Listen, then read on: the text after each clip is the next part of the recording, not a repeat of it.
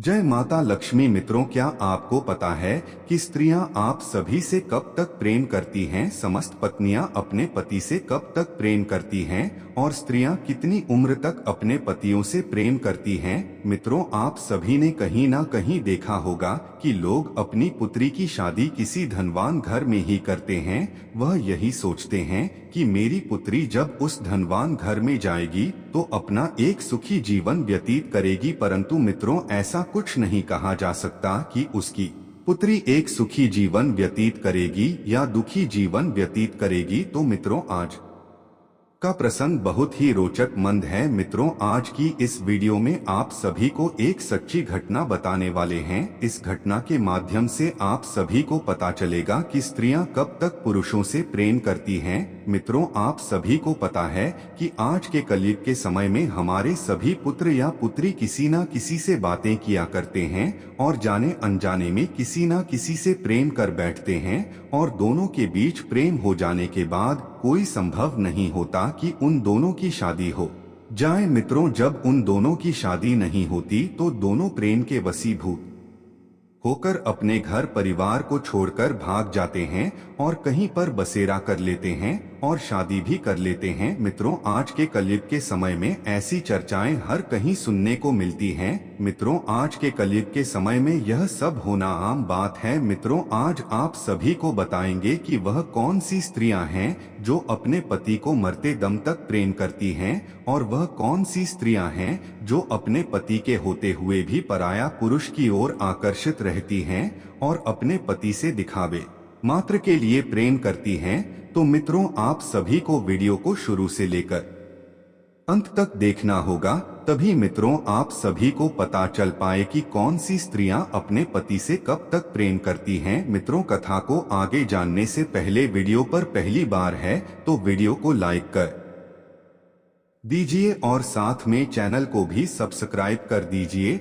और bell notification को all पर सेलेक्ट कर दीजिए और कमेंट बॉक्स में जाकर जो माता लक्ष्मी जरूर कमेंट करें। मित्रों, चलिए मैं आप सभी को एक कथा के माध्यम से स्त्रियां अपने पुरुष से कब तक प्रेम करती हैं इस प्रश्न का उत्तर देने वाले हैं। मित्रों, एक बार की बात है, देवी सत्यभामा भगवान श्री कृष्ण के पास जाती हैं और भगवान श्री कृष्ण से पूछते हैं, हे प्रभु, आज मेरे मन में एक विचित्र प्रश्न उठ रहा है।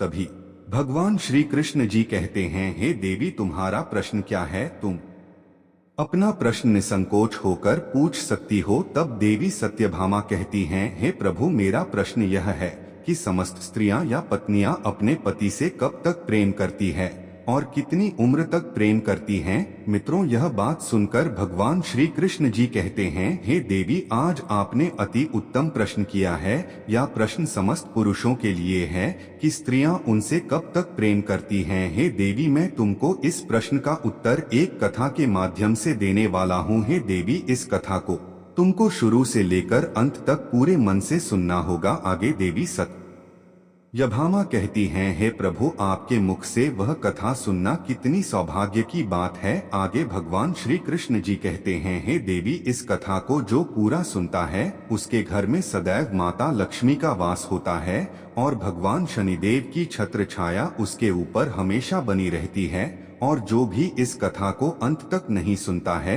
उसके घर को माता लक्ष्मी छोड़कर चली जाते हैं। और आगे भगवान श्री कृष्ण जी कहते हैं, हे देवी, इस कथा को तुम पूरे ध्यान से अंत तक सुनना। तब देवी सत्यभामा कहती हैं, हे प्रभु, मैं आपको वचन देता हूँ कि मैं इस कथा को शुरू से लेकर अंत तक सुनूंगी। तब भगवान श्री कृष्ण कथा को आगे सुनते हुए कहते हैं, हे देवी, एक बार की बात है, उत्तर प्रदेश में एक स्वभावमान नगरी थी। उस नगर में एक बहुत बड़ा घना जंगल था। उस जंगल में ना तो कोई आता था ना तो कोई जाता था। उस जंगल में सिर्फ और सिर्फ जंगली जानवरों का बसेरा था। मित्रों, उत्तर प्रदेश में एक राजा राज्य करता था जिसका नाम धर्मराज था और उस राजा की उम्र लगभग 42 वर्ष की हो चुकी थी और उस राजा की अभी तक शादी नहीं हुई थी, क्योंकि आज तक उसे कोई भी स्त्री पसंद नहीं आई थी। उसके लिए कोई भी स्त्री सुंदर नहीं थी मित्रों। उस राज्य में एक जंगल था। उस जंगल की चर्चा बहुत ज्यादा हो रही थी मित्रों। जब उस राजा ने यह चर्चा सुनी कि उनके नगर में एक जंगल है जहां पर ना तो कोई आता था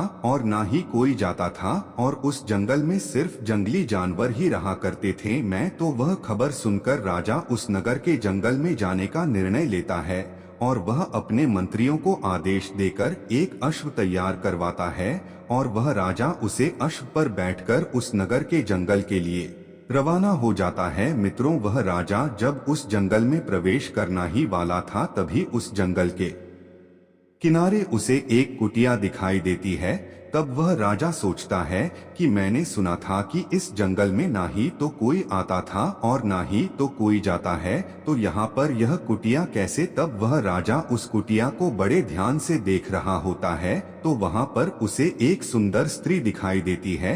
वह इतनी सुंदर थी कि राजा उसे एक बार ही देखने पर उस पर मोहित हो गया और वह राजा दूर से ही उस स्त्री पर नजर रखे हुए था और बड़े ध्यान से उस स्त्री को देख रहा था। और जब वह राजा उस स्त्री के पास जाता है तो वह राजा देखता है कि वह एक वैश्या है। वह वैश्य बहुत ही सुंदर थी। उसने एक ही नजर में राजा का दिल जीत लिया था मित्रों। उस वैश्या को देखकर ऐसा लगता था कि मानो मुझे स्वर्ग से कोई अप्सरा आ गई हो मित्रों। वह राजा उस वैश्या को बहुत ही ध्यानपूर्वक से देख रहा था और वह राजा उस वैश्या पर मोहित हो गया और फिर उसने उस वैश्य से विवाह करने का प्रस्ताव रख दिया मित्रों। उस राजा को पता था कि वह एक वैश्या थी, तब भी वह राजा उस वैश्या का दीवाना हो चुका था। वह राजा आज तक ऐसी स्त्री नहीं देखी थी, इसीलिए उस राजा ने आज तक अपना विवाह नहीं किया था। जहां पर 42 वर्ष की उम्र तक अन्य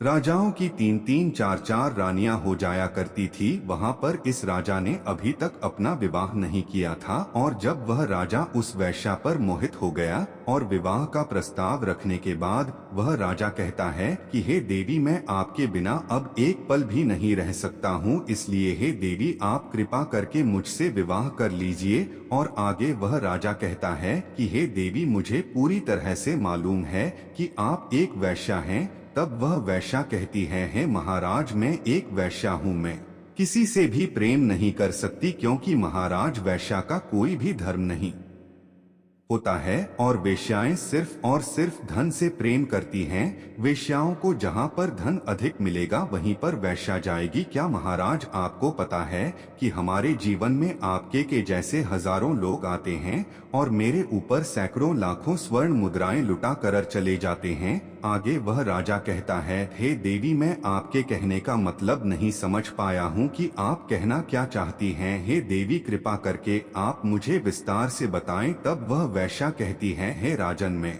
अभी तक कुंवारी हूँ, अभी तक मेरा विवाह नहीं हुआ है, फिर भी मैं एक विवाहित स्त्री की तरह ही अपना जीवन व्यतीत कर रही हूँ, क्योंकि है राजन, मेरे पास हर दिन नए नए पुरुष आते हैं और मेरे शरीर को अपनी हवस का शिकार बनाकर अपनी हवस बुझाते हैं और मेरे ऊपर हजारों स्वर्ण मुद्राएं खर्च करके चले जाते हैं। हे राजन, मुझे वैश्या होने के कारण यह सब करना पड़ता है। तब वैश्या आगे कहती है, हे महाराज, मेरा आपसे निवेदन है कि आप अपने राज्य के लिए पुनः वापस चले जाएं और आप मुझसे विवाह करने की इच्छा को त्याग दीजिए, क्योंकि आप इस उत्तर प्रदेश के एक प्रसिद्ध और शक्तिशाली धर्मपरायण राजा है। आगे वह वैश्या कहती है, हे महाराज, अगर एक राजा किसी एक वैश्या से विवाह करेगा तो न जाने महाराज हमारे समाज में आपका न जाने कितना अपमान होगा। है महाराज, किसी राजा को एक तुच्छ वैश्या से विवाह करना शोभा नहीं देता है।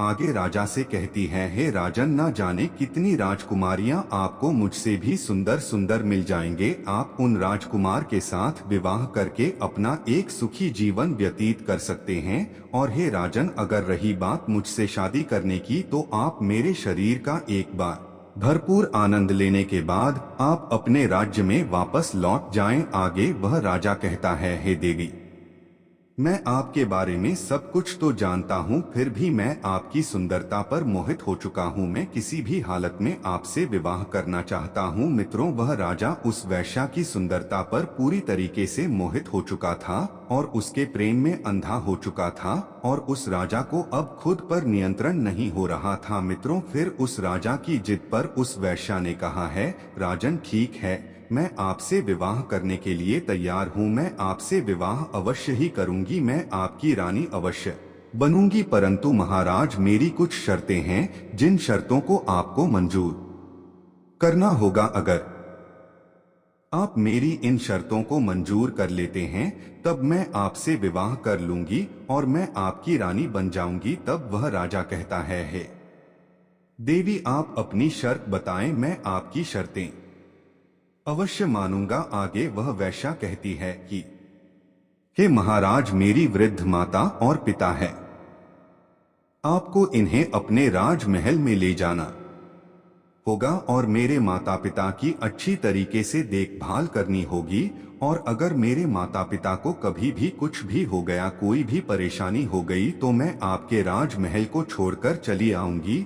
और महाराज, मेरी दूसरी शर्त यह है कि आपके महल में रहकर मैं जो भी करूंगी आप मुझे रोकेंगे नहीं। जिस दिन आपने मेरे ऊपर कोई भी पाबंदी लगाने की कोशिश की तो मैं उस दिन आपके राजमहल को छोड़कर चली आऊंगी। मित्रों, यह दो शर्तें उस वेश्या ने राखी और फिर वह राजा तो वेश्या के प्यार में अंधा हो चुका था। वह उस वेश्या की इन दोनों शर्तों को मान लेता है और उस वेश्या को वचन दे देता है और कहता है कि देवी, आप जैसा कहो वैसा ही होगा, परंतु आप मुझसे विवाह करके मेरे राजमहल चलिए, क्योंकि मैं आपके बगैर अब एक पल भी व्यतीत नहीं कर सकता। क्योंकि हे देवी, मैं आपसे बहुत अधिक प्रेम करता हूँ और मैं आपके बगैर जीवित नहीं रह सकता। इसलिए हे प्रिय, आप देर ना करते हुए मुझसे विवाह करके हमारे राजमहल में चलिए और आपने जो शर्तें बताए हैं मैं उन्हें पूर्ण तरीके से उन शर्तों का पालन करूँगा। फिर मित्रों, उस वेश्या ने उस राजा से शादी कर ली और फिर अपने बूढ़े माता पिता को लेकर उस राजा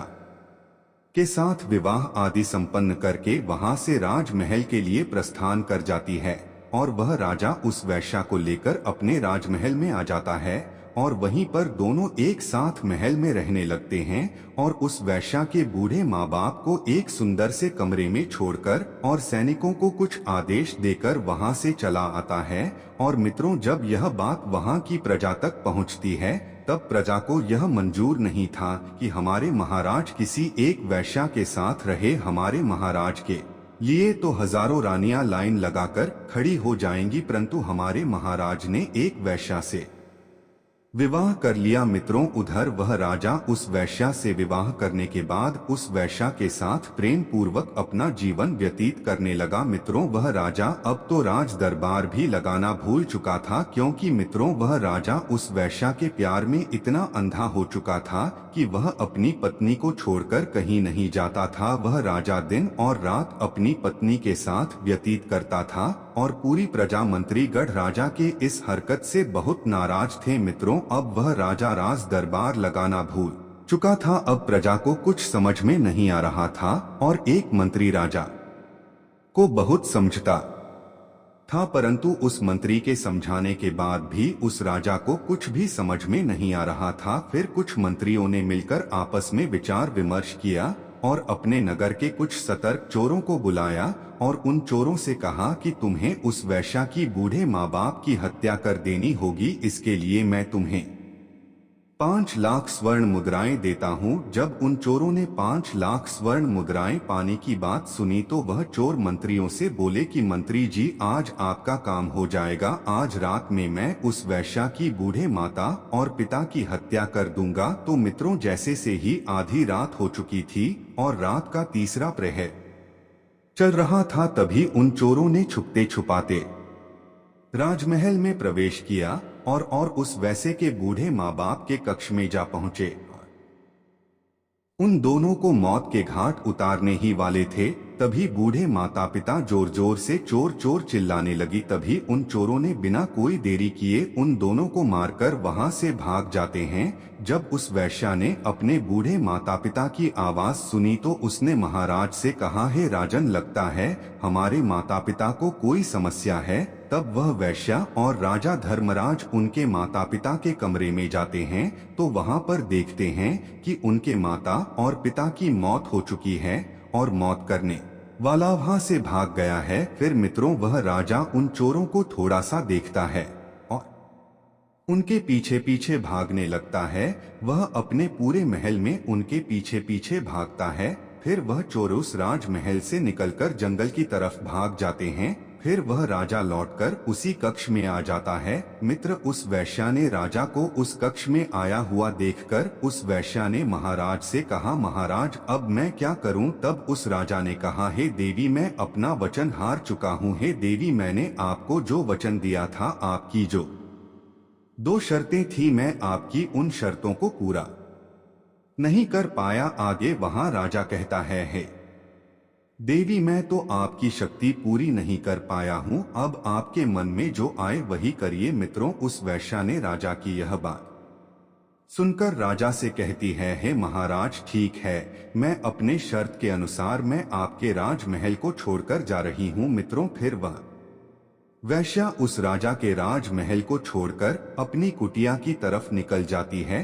फिर वह राजा उस वैश्या को जाता हुआ देखकर बहुत चिंतित हुआ, परंतु मित्रों, वह राजा अपने शर्तों के अनुसार कुछ कर भी नहीं सकता था। वह राजा उस वैश्या को जाते हुए देख रहा था और उसकी आंखों में आंसू आ चुके थे। फिर मित्रों, वह वैश्या राजमहल से निकल जाती है। मित्रों, राजा की पत्नी वह वैश्या राजमहल को छोड़कर चली गई थी तो राजा आज सभा लगाई और उस सभा में राजा बड़ी मायूसी के साथ बैठा हुआ था। और जब सभा खत्म हुई तब राजा वहां से चला आया और वह यही सोच रहा था कि अब मैं अंधेरा ही अंधेरा है, अब मैं उस वैश्या के बिना कैसे रहूंगा। और वह कहता है, मेरी सबसे कीमती चीज मेरी जिंदगी मुझे छोड़कर चली गई, अब मैं उसके बिना कैसे रह सकता हूँ। मित्रों, आप उस राजा को उस वैश्या के प्रेम में इतना अंधा था कि वह ना तो कुछ खाता था और ना ही कुछ पीता था। वह रात भर अपने बिस्तर पर पड़ा होकर उस वैश्या के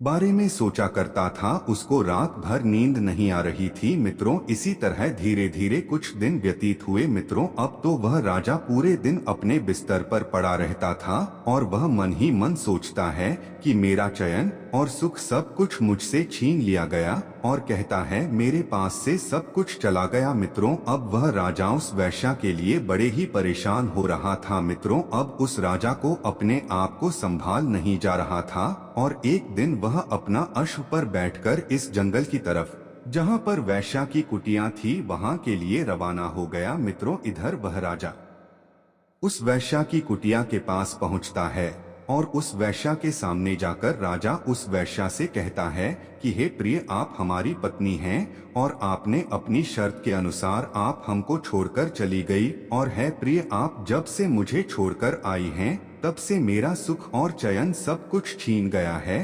अब तो पूरी रात मुझे नींद नहीं आती है, मैं पूरी रात करवटें बदलते रहता हूँ, कभी उठकर बैठता हूँ तो कभी लेट जाता हूँ। हे देवी, मुझे आपकी याद बहुत आती है। मित्रों, वह राजा कहता है, हे प्रिय, आप मेरे साथ राजमहल चलिए क्योंकि मैं आपसे बहुत अधिक प्रेम करता हूँ। राजा की यह बात सुनकर वह अवश्य कहती है, हे राजन, मैं कुछ दिन आपकी पत्नी बनकर आपकी महल में रही और आपको अच्छी तरीके से मालूम है कि मैं एक वैश्या हूँ, और हे राजन, आपको अच्छे तरीके से ज्ञान है कि वैश्या का कोई भी धर्म नहीं होता है और वैश्या ना जाने कितने लोगों को पति बनती है। वैश्या की जिंदगी में हर रोज नए नए पुरुष आते जाते रहते हैं और वैश्या हर रोज एक नए पुरुष से मिलती रहती है, क्योंकि वैश्या का यही मतलब होता है अपने शरीर को बेचना। वैश्या अपने शरीर को बेचकर अपना पेट पलती है और वैश्या महाराज से कहती है, हे राजन, तुम्हारे जैसे हैं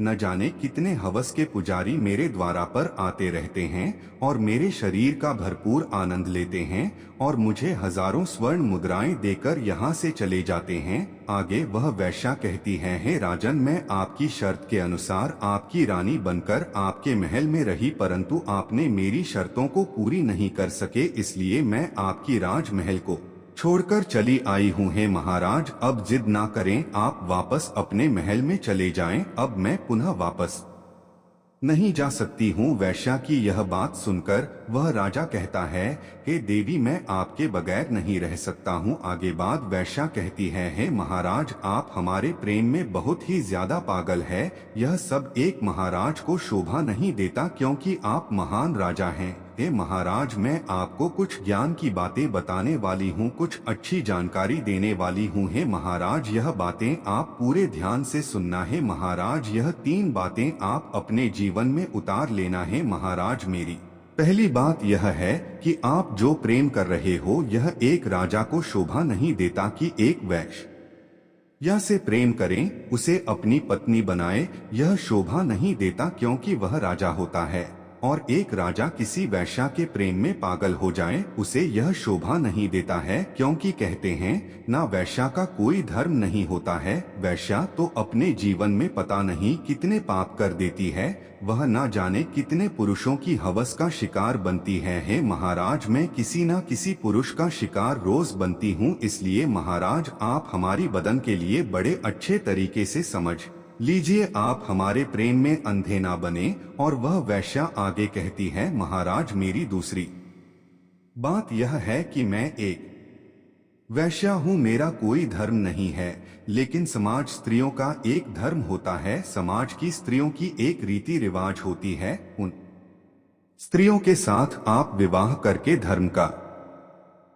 पालन कर सकते हैं। हे राजन, हमारे पौराणिक शास्त्र वेद शास्त्र कहते हैं कि जो समाज की स्त्रियां होती हैं, नारियां होती हैं, उनका धर्म होता है कि वह अपने पति के साथ में रहे, अपनी पति की सेवा करें, अपने पति को पति परमेश्वर मानकर उनकी हर बातों का पालन करें। समाज की स्त्रियों के लिए सबसे बड़ा देवता उनका पति होता है। हे राजन, उस समाज की स्त्रियों का पति चाहे निर्बल हो या बलहीनता के लिए उनके पति सबसे बड़ा भगवान होता है। वह स्त्रियां अपने पति को पति परमेश्वर मानती हैं। वह स्त्रियां अपने पति को किसी भी हालत में छोड़ कर नहीं जा सकते हैं, और उन समाज की स्त्रियों का यही कर्तव्य होता है कि वह अपने पति की सेवा करें। और हे राजन, यह बात वेश्याओं पर लागू नहीं होती है। हम वैश्या का कोई धर्म नहीं होता है। वैश्या के जीवन में पता नहीं कितने पाप होते हैं, इसलिए वैश्या तो वैश्या ही होती है। और उन समाज की स्त्रियां यही सोचती हैं कि मेरा पति किसी अन्य स्त्री के पास ना जाए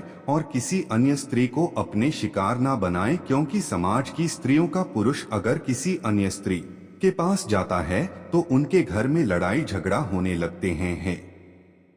राजन, समस्त स्त्रियां यही चाहती हैं कि उसका पुरुष किसी दूसरी स्त्री के हवस का शिकार ना बने, वह किसी दूसरी स्त्री के ऊपर नजर भी ना डाले, क्योंकि उसको जो चाहिए हो वह मैं दे सकती हूँ। इसीलिए समाज की स्त्री से विवाह करना चाहिए, और पुरुषों के लिए भी यही नियम है। जरूरी नहीं है कि पत्नी ही पतिव्रता होनी चाहिए, पत्नी ही धर्म का पालन करे, पत्नी ही अपने कर्तव्यों को पूर्ण करे, पुरुषों को भी पत्नी व्रत होना चाहिए। और हे राजन, हम तो एक वैश्या हैं, हमको तो जहां धन मिलेगा हम वहीं पर जाएंगे। वैश्या का यही कर्तव्य होता है।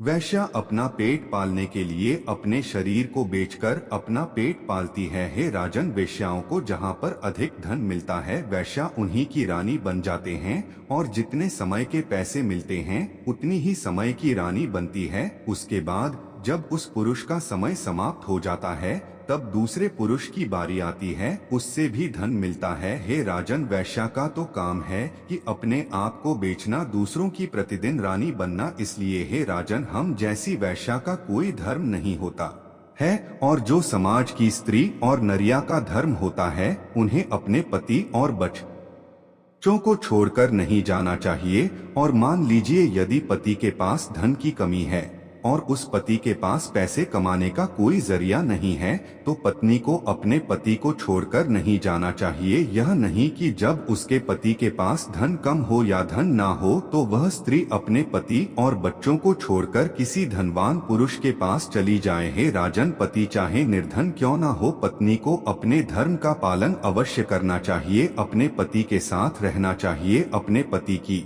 सहायता करनी चाहिए। और ऐसा नहीं कि पति के पास धन नहीं है तो अपने पति को वह स्त्री ताना दे, लड़ाई झगड़ा करें। अगर वह स्त्री अपने निर्धन पति से लड़ाई झगड़ा करेगी तो उसके घर में कभी भी माँ लक्ष्मी का वास नहीं होगा और वह और कंगाल होते चले जाएंगे। उनके घर में अगर माँ लक्ष्मी आएगी तो उनके घर में माँ लक्ष्मी रुक नहीं सकती, एक दरवाजे से आएंगे और दूसरे दरवाजे से तुरंत चली जाएंगे। चाहे जितना दुख हो, पत्नी को हमेशा अपने पति से प्रेम करना चाहिए और अपने पति को दिलासा देने के लिए पत्नी को हमेशा यही करना चाहिए कि स्वामी मैं आपके साथ हूँ, आप परेशान मत होइए, भगवान की कृपा से सब कुछ ठीक हो जाएगा। और पत्नी को पति के प्रति और पति को पत्नी के प्रति हमेशा आकर्षित रहना चाहिए, हमेशा दोनों के बीच प्रेम बना रहना चाहिए और कभी भी किसी भी स्त्री को अपने पति को छोड़कर कभी नहीं जाना चाहिए